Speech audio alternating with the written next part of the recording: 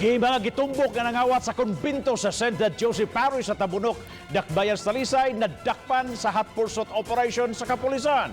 Ang report ni Marie Dumabok. Tungod sa nakuhang footage sa CCTV ug sa kooperasyon sa komunidad, daling nasikop ang tulo sa mga gitumbok nga responsable sa pagpangawat pasado 5 kagahapon sa hapon. Duha sa mga nasikop ni angkon nga lakip sila sa tulo nga nakita sa CCTV.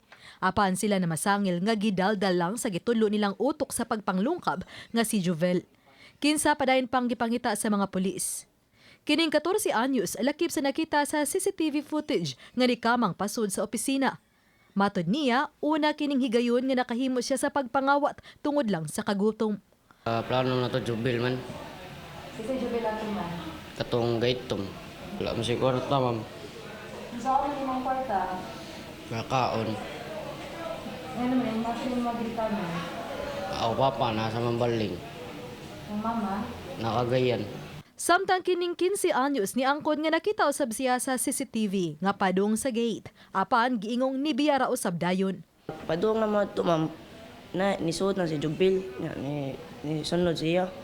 Nga ako, alam na daw konsensya, ma'am, iuli na lang ko, ma'am. Pero pa ako, mangawat sila. Pero pagsuot na doon, wala ako ni kuan, wala ko ni pilsuot.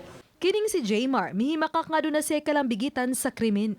Alas 2 siguro to, or alas 3. Ila ko gitukaw. Yuningan sila, pabilin sila kwarta. Ya, nisok ko akong Paris, kaya dili lagi mimsugot. Matog, magiuli nilang kwarta. Ang unang nisod sa kumbento mo ipadayong gipangita sa mga pulis. Gisubay karon sa mga otoridad kung sila ba usab ang nagpaluyo sa uban pang insidente sa kawat sa Talisay City.